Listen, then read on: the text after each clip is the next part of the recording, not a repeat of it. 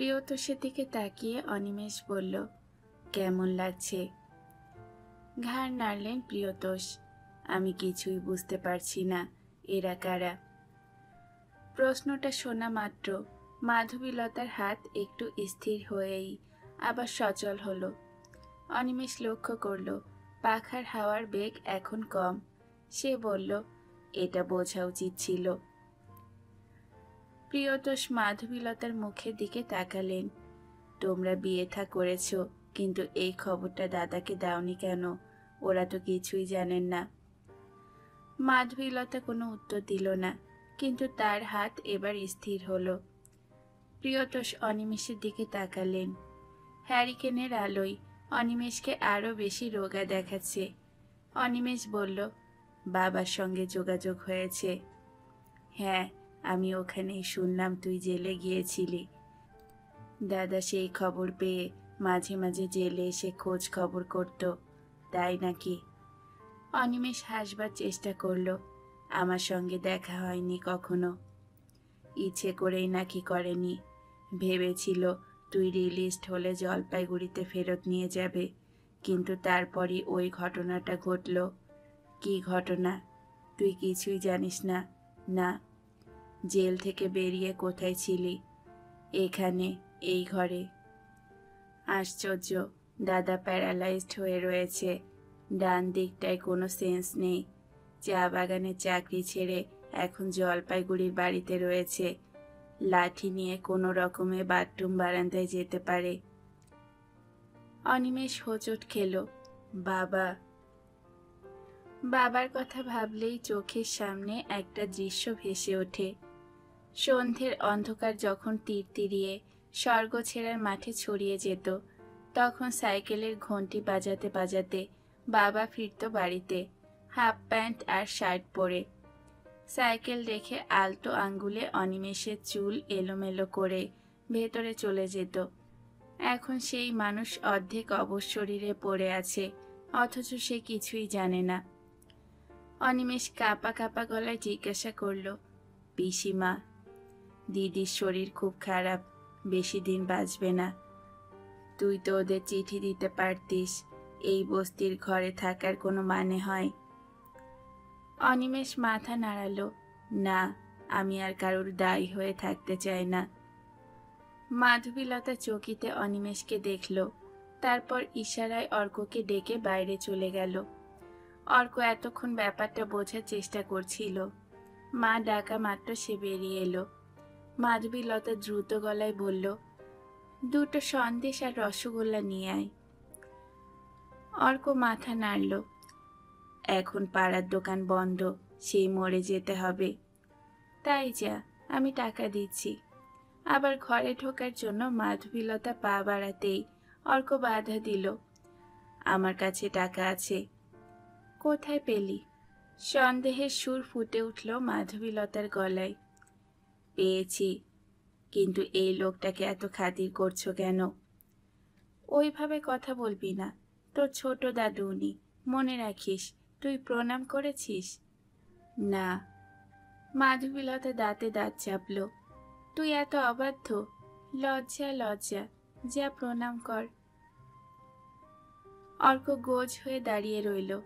মাধবীলতা ওর হাত ধরে ঘরের দিকে টানতেই সে ছাড়িয়ে নিয়ে বলল, তোমাকে ছাড়া আর কাউকে আমি প্রণাম করতে পারবো না। তারপর দ্রুত বেরিয়ে গেল। মাধবীলতা পাথর হয়ে রইল। অন্ধকার প্যাসেজে দাঁড়িয়ে অনেক কষ্টে নিজেকে সামলেছিল সে। না পেতে পেতে যখন অভ্যেস হয়ে যাচ্ছে, তখন ছোট্ট একটা পাওয়া এমন করে যে কেন নাড়িয়ে দেয়।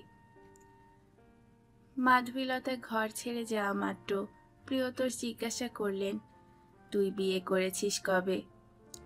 অনিমেষ হিসেব করার চেষ্টা করে মুখ নামালো। অনেক দিন। সন্তানাদি ওই তো দেখলে, এখানে দাঁড়িয়েছিল। অত বড় ছেলে তোর? চমকে উঠলেন প্রিয়তোষ। 15 বছর বয়স। আমি ভাবতে পারছি না তোর শ্বশুরবাড়ি কোথায়। কলকাতাতেই, কিন্তু আমাদের সঙ্গে কোনো যোগাযোগ নেই। তোদের চলছে কি করে? ওই স্কুলে পড়ায়। প্রিয়তোষের চোখে মুখে এবার বিস্ময় ফুটে উঠল। শিক্ষিতা মেয়ে, তোর সঙ্গে পড়তো নিশ্চয়ই। হ্যাঁ। এই সময় মাধবীলতা দরজায় এসে দাঁড়ালো। মুখ যদিও অন্ধকারে স্পষ্ট দেখা যাচ্ছে না, তবু অনিমেষের মনে হলো ওর কিছু হয়েছে। প্রিয়তোষ মাধবীলতাকে বললেন, না, তোমাকে আর হাওয়া করতে হবে না, তুমি বরং আমার সামনে এসো। হাত দিয়ে খাট দেখিয়ে দিলেন তিনি। মাধবীলতা আলোর সামনে এলে প্রিয়তোষ বললেন, আমি তোমাদের কথা সব জানি না, কিন্তু মনে হচ্ছে তুমি অন্য জাতের মেয়ে। কি নাম তোমার? মাধবীলতা। বাহ, সুন্দর। তুমি যা রোজগার করো তাতে এর চেয়ে ভালো পরিবেশে থাকা যায় না। যেত, কিন্তু এত ধার হয়ে গিয়েছে। ধার কেন? অনিমেষ বলল, ওসব কথা ছেড়ে দাও। এই পা দুটো কখনোই সারবে না, অথচ ও সারাবেই। অসম্ভবের পেছনে ছোটার কোনো মানে হয়? সঙ্গে সঙ্গে প্রিয়তোষের মুখ শক্ত হলো। সেটা তোর খেয়াল ছিল না? আমার। অনিমেষ বিস্মিত হলো। বিপ্লব করবি, এই দেশে সেটা যে অসম্ভব তা জানতিস না? অনিমেষ পূর্ণ দৃষ্টিতে ছোট কাকাকে দেখল। এ বিষয়ে তোমার সঙ্গে আমি আলোচনা করতে চাই না। প্রিয়তোষ যেন নিজেকে ফিরে পেলেন। আমরা অন্যের সমালোচনা করি, কিন্তু নিজের ত্রুটি দেখতে পাই না। এটা যদি বুঝতিস তাহলে আজ এই অবস্থা হতো না। অনিমেষ নিচু গলায় বলল, সেটা তুমি অনেক আগেই বুঝেছিলে। তার মানে? চমকে উঠলেন প্রিয়তোষ। আমি তোমার কাছেই প্রথম মার্কসের নাম শুনেছিলাম। এই সময় মাধবীলতা বলে উঠল, ওসব পুরনো কথা এখন তুলছ কেন? প্রিয়তোষের কিছুটা সময় লাগলো স্থির হতে। অনিমেষের কথায় একটা স্পষ্ট খোঁচা ছিল, তা তিনি জানেন। পুরনো কথার সূত্র ধরে তিনি জিজ্ঞাসা করলেন, তোমাদের কত টাকা ধার আছে? আছে, একসময় সব শোধ করে দেব। মাধবীলতা অঙ্কটা বলতে চাইল না। কিন্তু এই পরিবেশে বাস করলে তোমাদের ছেলে মানুষ হতে পারবে না। মাধবীলতা বলল, জানি, কিন্তু এর চেয়ে বেশি কিছু করার সঙ্গতি আমার নেই। তোমরা জলপাইগুড়িতে ফিরে যেতে পারো। চেষ্টা করলে ওখানকার স্কুলে তোমার কাজ হতে পারে। পরিবেশ আর পরিস্থিতি পাল্টে যাবে। দেখি, এতে দেখা দেখির কি আছে? ধার শোধ না হওয়া পর্যন্ত এখানকার চাকরি ছাড়া সম্ভব নয়। বেশ তো, আমাকে বলো কত টাকা দরকার। এবার অনিমেষ উত্তর দিল, যে প্রয়োজনে নিজের বাবা মায়ের কাছে হাত পাতেনি সে তোমার কাছে সাহায্য নেবে এটা ভাবছ কেন? ও। প্রিয়তোষ নড়ে চড়ে বসলেন। তারপর মাধবীলতার দিকে তাকিয়ে বললেন, তাহলে তোমার ছেলেকে ওখানে পাঠিয়ে দাও। আমাদের বংশের মুখ চেয়ে এটা করো। গাড়িতে বসে যা দেখেছি তা আমার ভালো লাগেনি। কি দেখেছ? অনিমেষের বুকের ভেতর অস্বস্তি। লরির সামনে আমার গাড়ি আটকে গিয়েছিল বলে পাড়ার ছেলেরা ঝামেলা করার চেষ্টা করেছিল। আমি লক্ষ্য করছিলাম ওরা কতটা বাড়ে। এই সময় তোর ছেলে এলো। কথাবার্তায় বুঝলাম পাড়ার ছেলেদের ওপর ওর বেশ কর্তৃত্ব আছে। কথা বলার ধরনটাও ভালো লাগলো না। রকবাজ ছেলে আগেও দেখেছি, কিন্তু এবার এসে যে শ্রেণীর ছেলেদের দেখেছি তাদের আগে দেখিনি।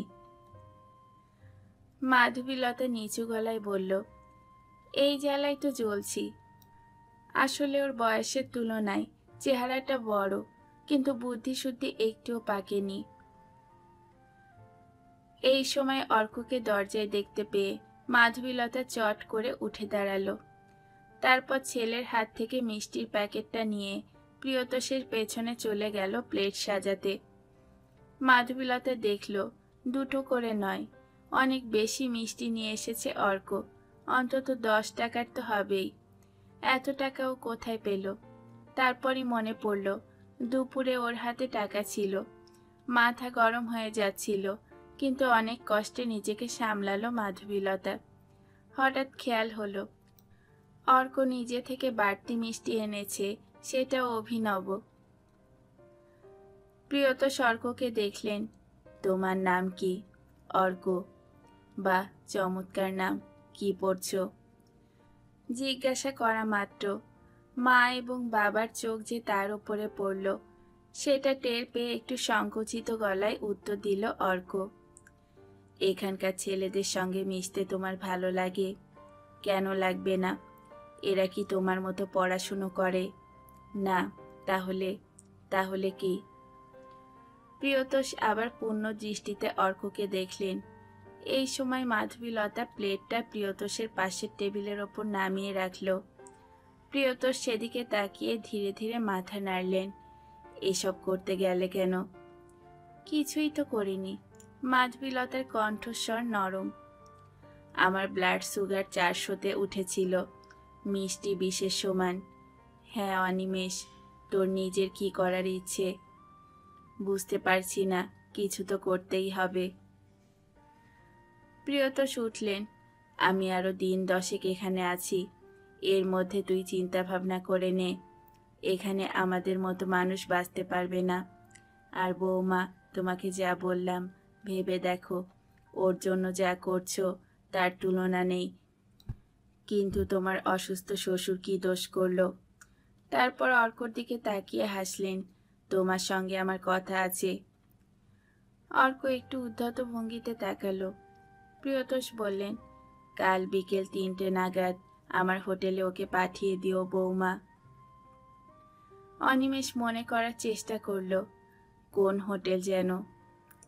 এবার আমি পার্ক হোটেলে উঠেছি, পার্ক স্ট্রিটে। রিসিপশনে আমার নাম বললেই হবে। ঘর ছেড়ে যাওয়ার ভঙ্গি করে আবার দাঁড়ালেন প্রিয়তোষ। তারপর মাধবীলতার দিকে ঘুরে দাঁড়িয়ে বললেন, আমি তো তোমাদের কথা জানতাম না। আমাদের বংশের নতুন বউ প্রণাম করলো, অথচ শুধু হাতে বউয়ের মুখ দেখে যাব তা তো হয় না।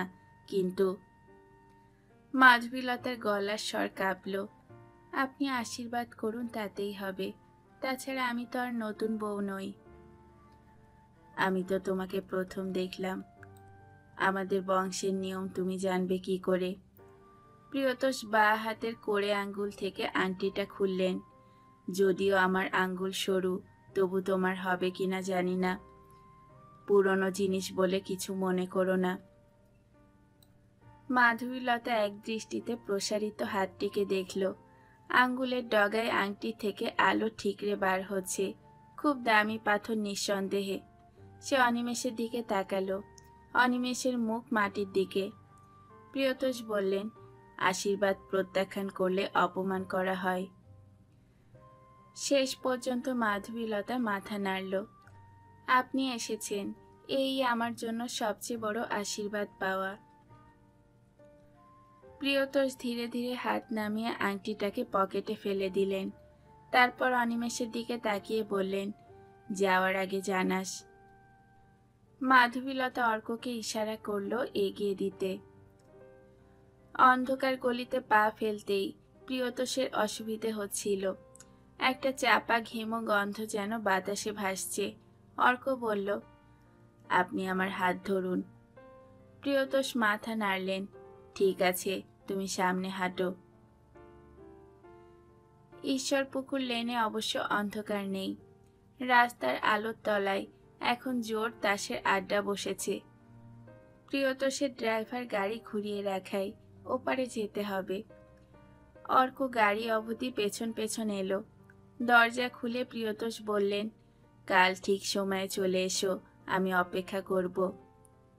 ঠিক তখনই একটা চিৎকার ভেসে এলো, আরে অক্ক, মাল খেয়ে আমাদের ঢপ দিয়ে ফুটে গেলি, এখন দেখি কে তোকে বাঁচায়। চকিতে পিছু ফিরে তাকায় অর্ক। দেখল কুয়া ফুটপাতে টলছে। দুটো পা কখনই স্থির থাকছে না। আচমকা মুখে রক্ত জমল। সে আর চোখে দেখল প্রিয়তোষ বিস্ময়ে তার দিকে তাকিয়ে আছেন। খুব লজ্জা লাগছিল অর্কর, এবং এই প্রথম ওইসব খিস্তি শুনে তার লজ্জাবোধ হলো। প্রিয়তোষ জিজ্ঞাসা করলেন, ছেলেটিকে এখানে থাকে? অর্কর মনে হচ্ছিল প্রিয়তোষ যত তাড়াতাড়ি চলে যান তত ভালো। তোমার বন্ধু? প্রিয়তোষ আর চোখে ওকে দেখলেন। অর্ক মাথা নাড়ল, না। তাহলে ওই ভাষায় ওকে কথা বলতে দিচ্ছ কেন? ওরা ওই রকমই কথা বলে। ততক্ষণে কোয়া এগিয়ে চলে এসেছে কাছে। জড়ানো গলায় সে চিৎকার করল, চলে আইবে, মাল না পেলে আমি আজ ছাড়ছি না। হঠাৎ অর্কের মাথায় আগুন জ্বলে উঠল। সে কয়েক পা এগিয়ে প্রচণ্ড জোরে কোয়ার গালে চড় মারল। মাটিতে পড়ে গিয়েও কোয়া সমানে খিস্তি করে যাচ্ছিল। দৃশ্যটা দেখে ফুটপাতে লোক দাঁড়িয়ে পড়েছে। অর্ক কোয়াকে উপেক্ষা করে বলল, আপনি যান। প্রিয়তোষের মুখে হাসি ফুটল, খুশি হলাম, কাল দেখা হবে। গাড়িটা ট্রাম রাস্তার দিকে চলে যাওয়ার পর অর্ক কোয়াকে কলার ধরে টেনে দাঁড় করালো। কি বলছিস বল। টলতে টলতে কোয়া বলল, তুমি আজকে আমাকে মারলে গুরু, আমার গায়ে হাত তুললে। বেশ করেছি। না গুরু, এর বদলা হবে। আমার গায়ে হাত তুলে কেউ কেউ জড়িয়ে গেল যেন গলা। অর্ক বলল, বাড়ি যা, আগে বদলা চাই। ঠিক আছে, বাড়ি যা। গুরু, তুমি কথা দাও বদলা নেবে। ঠিক আছে, বাড়ি যা। এবার কোয়া অর্ককে জড়িয়ে ধরল। সব শালা হারামি, শুধু তুই ছাড়া। কথাটা শুনে হেসে উঠল দর্শকরা। অর্ক কোয়াকে নিয়ে গলির মধ্যে ঢুকল, কিন্তু গলিতে পা দেওয়া মাত্র জোর করে হাত ছাড়িয়ে নিল কোয়া। সে কিছুতেই আর এগাবে না। অনেক বোঝানোর পর অর্ক ওকে ছেড়ে দিয়ে পা বাড়ালো। কোয়া আবার টলতে টলতে গলি ছেড়ে বেরিয়ে গেল। ঘরে ঢুকে অর্ক দেখল মা চেয়ারে বসে বাবার সঙ্গে কথা বলছে। অর্ককে দেখা মাত্র ওদের কথা থেমে গেল। অনিমেষ আচমকা প্রশ্ন করল, হ্যাঁ রে, সেই ভদ্রলোক কেমন আছেন এখন? কোন ভদ্রলোক? অর্ক বুঝতে পারল না। যার অ্যাক্সিডেন্ট হয়েছিল লেক টাউন না কোথায় বলেছিলি? ভালো। কথাটা বলেও অর্ক খুব দুর্বল হয়ে পড়ল। সে জানে না বিলাস সোম এখনো বেঁচে আছে কিনা। একবার তার খোঁজ নেওয়া খুব দরকার ছিল। আর তখনই তার হাড়খানার কথা মনে পড়ল। যে করেই হোক সেই মেয়েটার কাছ থেকে হাড়খানা উদ্ধার করতেই হবে। মাধবীলতা বলল, তো ছোট দাদু কি বলে গেলেন শুনেছিস? কি ব্যাপারে? জলপাইগুড়িতে যাওয়ার ব্যাপারে। আমি ভাবছি সেই ভালো। তুই আগে জলপাইগুড়িতে চলে যা, আমরা পরে এদিকটা সামলে যাব। কেন? ওখানে আরো ভালো থাকতে পারবি। দূর, ওখানে তোমাকেই কেউ চেনে না, আমাকে চিনবে কেন? মাধবীলতা এতক্ষণ তরল গলায় কথা বলছিল। এই বাক্যটি শোনা মাত্র সে শক্ত হলো। অর্ক তো ঠিকই বলেছে, তার পরিচয় কি? অনিমেষের স্ত্রী। অথচ ওই বাড়ির লোক তাকে এত বছরে চোখেই দেখেনি। অনিমেষ নিজে তার পরিচয় না করিয়ে দিলে কেউ স্বীকার করতেই চাইবে না। এত করেও সেই এক জায়গায় দাঁড়িয়ে। পিতা, স্বামী এবং সন্তান ছাড়া মেয়েদের আলাদা কোনো ভূমিকা নেই। অস্তিত্ব টিকিয়ে রাখা প্রায় অসম্ভব। সমস্ত শরীরে অসহ্য জ্বলুনি, কিন্তু কিছু করার নেই। সে অনিমেষের দিকে তাকালো। ভাবখানা এমন, তোমরা এদেশে বিপ্লব আনতে গিয়েছিলে, অথচ তোমাদের ঘরগুলো সব অন্ধকারে ঠাসা। এই খেয়াল কখনো করেছো? কথাটা অনিমেষের কানেও কট করে বেজেছিল। হঠাৎ ওর চোখের ওপর একটা ছবি ভেসে উঠল। জ্যাঠামশাই যেদিন জেঠিমাকে নিয়ে নিঃসম্বল অবস্থায় জলপাইগুড়ির বাড়িতে এসেছিল চোরের মতন, সেদিন ওরা কেউ জেঠিমাকে চিনত না। কৌতূহল ছিল, কিন্তু সেই সঙ্গে অবজ্ঞা মেশানো দূরত্ব কম ছিল না। আজ মাধবীলতাকে নিয়ে এত বছর পরে জলপাইগুড়ির বাড়িতে ফিরলে সবাই কি ওকে মেনে নিতে পারবে? নতুন যে তাকে গ্রহণ করার জন্য একটা মন সবসময় উদ্গ্রীব থাকে, কিন্তু দীর্ঘ সময় যে জুড়ে বসেছে তাকে মানতে অনেক অসুবিধে। মাধবীলতা বলল, না, তবু তোমাকে যেতে হবে। এখানে থাকলে আমি তোমাকে মানুষ করতে পারবো না। আজ কিছুক্ষণের জন্য ওই মানুষটা এসেও তোমার স্বরূপ বুঝে গেছেন। এতদিন কেউ আমাদের ওখানে যেতে বলেনি, কিন্তু উনি যখন বলেছেন তখন আর বাধা কি? কথাটা শেষ করে সে অনিমেষের দিকে তাকিয়ে বলল, তুমি কি বলো? অনিমেষ গম্ভীর মুখে বলল, দেখি। কথাটা শোনা মাত্র মাধবীলতার ঠোঁটে এক চিলতে হাসি চলকে উঠল। আর তখন অর্ক বলল, লোকটা একদিন আসেনি কেন? অনিমেষ মুখ তুলল, লোকটা নয়, উনি আমার কাকা। এতদিন বিদেশে ছিলেন। বয়স্ক লোকের সম্পর্কে যখন কথা বলবে তখন সমীহ করে কথা বলতে শেখো। অর্ক খোঁচা খেয়ে হজম করল। উনি ছিলেন না, কিন্তু যারা ছিলেন তারাও তো খবর নিতে পারতেন। এখন ডাকলেই যেতে হবে।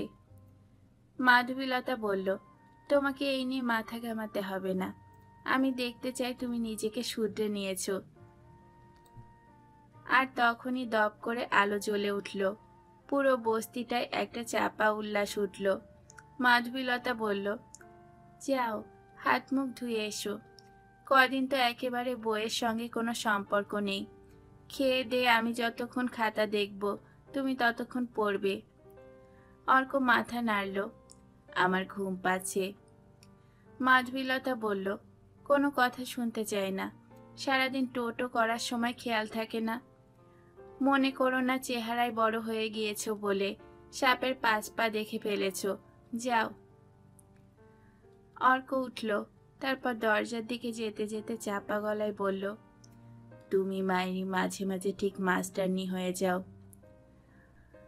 অর্ক বেরিয়ে যাওয়া মাত্র অনিমেষ হাসিতে ভেঙে পড়ল।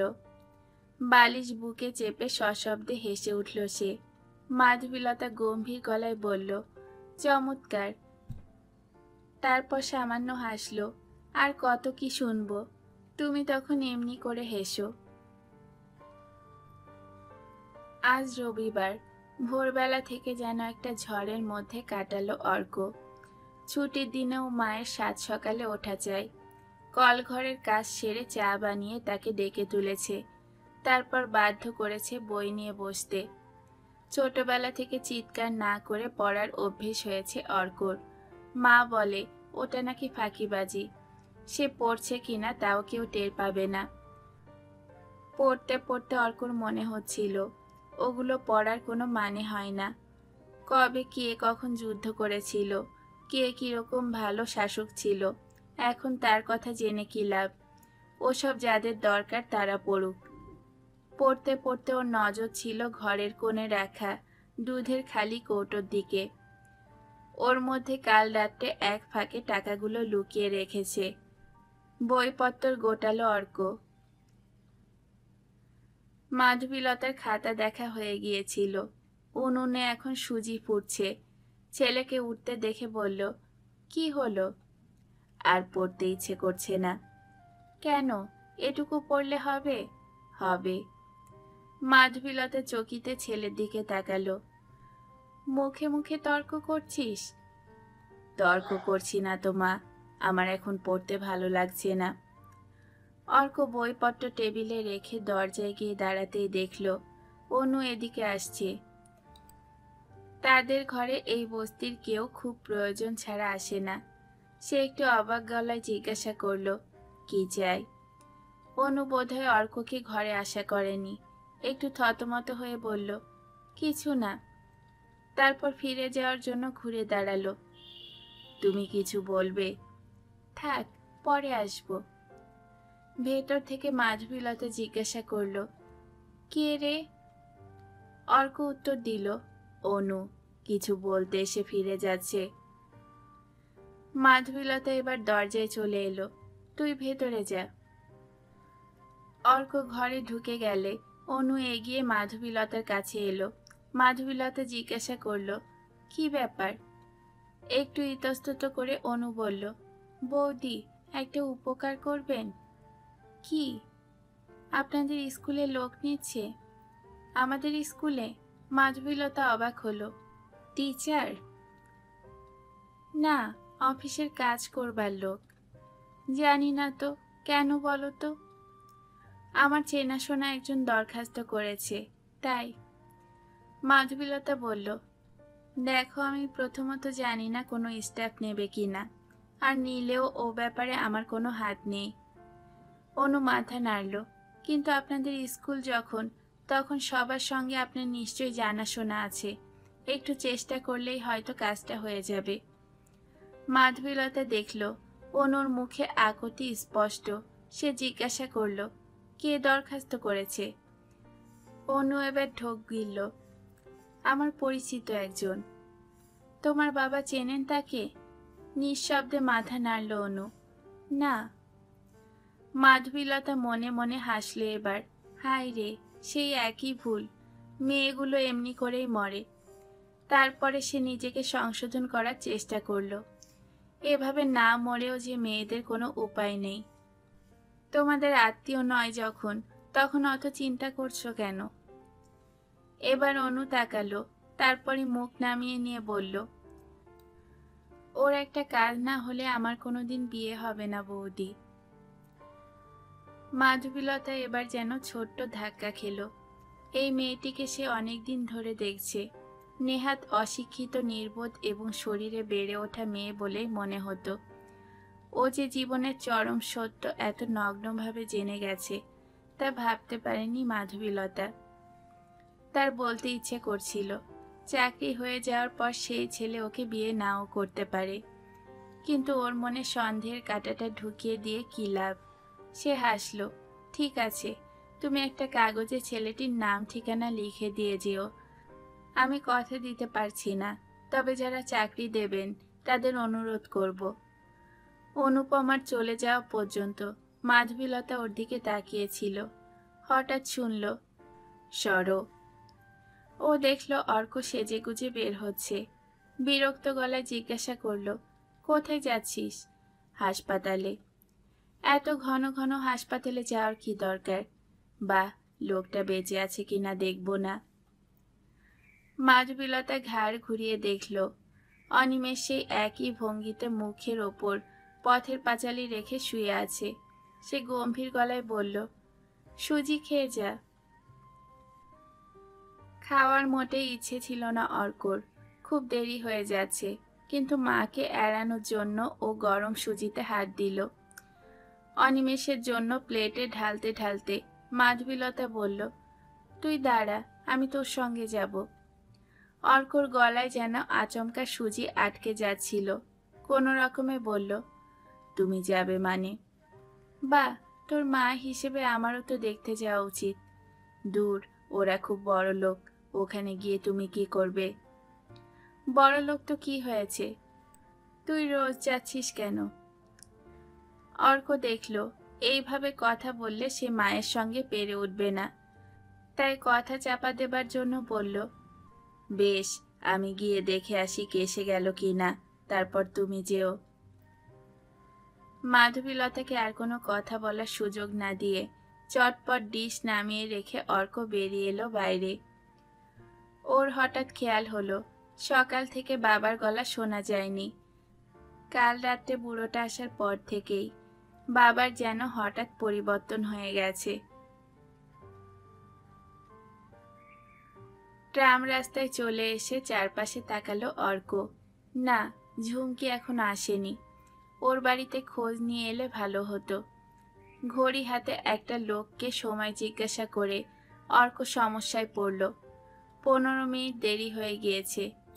ঝুমকি কি ঠিক সময় এসে চলে গেছে, তার জন্য অপেক্ষা করেনি? অর্ক কি করবে বুঝতে পারছিল না। এমন সময় ন্যাড়াকে দেখতে পেল। মাতৃ বিয়োগের কোনো চিহ্ন নেই শরীরে, তবে খালি গা। সিগারেটের দোকানের সামনে মাটিতে পোতা বেঞ্চিতে বসে বিড়ি খাচ্ছে লুকিয়ে লুকিয়ে। সে চিৎকার করল, এই ন্যাড়া, ন্যাড়া। ন্যাড়া চকিতে বিড়িটাকে হাতের আড়ালে সরিয়ে মাথা নাড়ল। কি? কয়েক পা এগিয়ে অর্ক জিজ্ঞাসা করল, ঝুমকিকে দেখেছিস? আবার মাথা নাড়ল ন্যাড়া। তারপর ধোয়া ছাড়তে ছাড়তে বলল, একটু আগে 4 নম্বর ট্রামে উঠেছে। 4 নম্বর? তার মানে চিত পুড়ে গেছে। ঠিকানাটা মনে করার চেষ্টা করলো অর্ক। 15 মিনিট অপেক্ষা করতে পারল না। আচ্ছা হারামি। ডান দিকে তাকালো সে। একটাও ট্রাম নেই। ট্রাম ছাড়া চিতপুরে যাওয়া অসম্ভব। অস্বস্তিতে খানিকটা এগোতেই টালা পার্কের দিক থেকে আসা একটা ট্যাক্সি থেকে যেন কেউ চেঁচিয়ে কিছু বলল। অর্ক দেখল ট্যাক্সিটা একটু এগিয়ে গিয়ে থেমে গেছে। এর পেছনের জানালায় সুরুচি সোমের মুখ। হাত নেড়ে ডাকছেন। দৌড়ে এলো অর্ক এবং এসেই ওর বুক ধকধক করে উঠল। না এলেই পারত। সুরুচি বললেন, কি ব্যাপার, তোমার কোনো খবর নেই কেন? এমনি। বাহ, বেশ ছেলে। যা হোক, এদিকে তো ও তোমার জন্য হেদিয়ে মরছে। দুবেলা জিজ্ঞাসা করছে তুমি এসেছো কিনা। আতঙ্কিত গলায় অর্ক জানতে চাইল উনি কেমন আছেন। ভালো, মনে হচ্ছে আজ বিকেলে ছেড়ে দেবে। উঠে এসো। মাথা নাড়ল অর্ক। না, খুব জরুরি কাজে যাচ্ছি, বিকেলে যাব। ঠিক যাবে তো? একদিনের আলাপে বিলাস দেখছি তোমাকে খুব পছন্দ করেছে। আমি ওকে বলবো তুমি আসছো। ট্যাক্সিটা চলে গেলে অর্ক অবশ হয়ে গেল। বিকেলে তার পার্ক হোটেলে যাওয়ার কথা মনে ছিল না, কিন্তু লোকটা সুস্থ হয়ে গেছে। আর কোনো উপায় নেই, যেমন করেই হোক হারখানা ফেরত চাই। অন্যমনস্ক হয়ে অর্ক দেখল 4 নম্বর ট্রাম সামনে দিয়ে বেরিয়ে যাচ্ছে। দুজ বলে মরিয়া হয়ে হ্যান্ডেল ধরার জন্য সে ছুটল।